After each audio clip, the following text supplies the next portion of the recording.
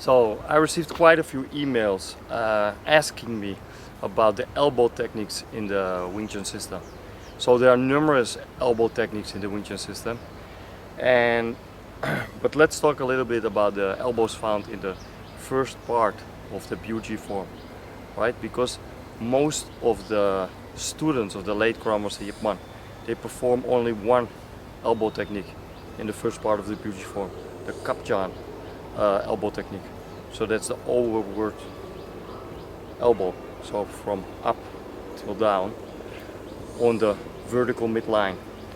So that means also actually in the way of performing the Kapjan there are also differences, yeah? But most of the lineages of the late Grandmaster Yip Man, they use Kapjan like this, yeah? So downward smash, yeah? So on the vertical midline, go like this, yeah, before perform the Biu Tze motion. So actually that's the version the late Grandmaster Yip Man taught in his Hong Kong period. But if you see the different lineages in China, and even some of the students of the late Grandmaster Yip Man in China, you will see two other elbow techniques being performed, right? The Kwaijan, the kneeling elbow technique, which runs along a diagonal line and goes like this, from the collarbone, the chest, to the hip. And Paijan, it's like a horizontal smashing elbow, yeah?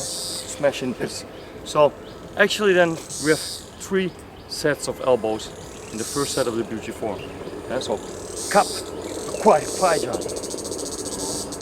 Now, I told you a little bit about the different ways of executing the technique. Yeah? So for example in the Yuen Kay San lineage, Yuen Kay San was at a period of time a close friend of the late Grandmaster Yip Man. There's a different idea of performing the elbow. In the Yuen Kay San lineage, they have a different way of performing the Kapjan, right? Different idea. They place the hand by the cheek and then lock the joint and then really use the body to get the force in. Yeah? So it's a different way and can transmit a lot of force if you do the Kapjan in that way. Yeah, just a different viewpoint. If you saw my interview with the Sifu Sergio of the Wing Chun Leung lineage, you can see a very interesting part where he tells about his Sifu Wing Chun Leung seeing the late Grandmaster Yip Man training the Biu Tze form and actually performing this in a different way, yeah? And performing it more like that, yeah? And inside like that, yeah? So interestingly enough, in China, mainland China, most of the lineages perform it like that. And also in the system, before the Wing Chun system moved to Guangdong province and Fatsan came from Fukin and the Wing Chun Bak Hok, Fukin Wing Chun Bak Hok system, they have the same motion, right? And they perform it like that with all the joints moving and locking specific joints for greatly improving force. And yeah, so again, just a different idea. We don't know the exact reason why the late Grandmaster Yip Man decided to teach it like that in his Hong Kong period, and why when he was training alone performed it like that, and why most of the lineages in China they performed it like that.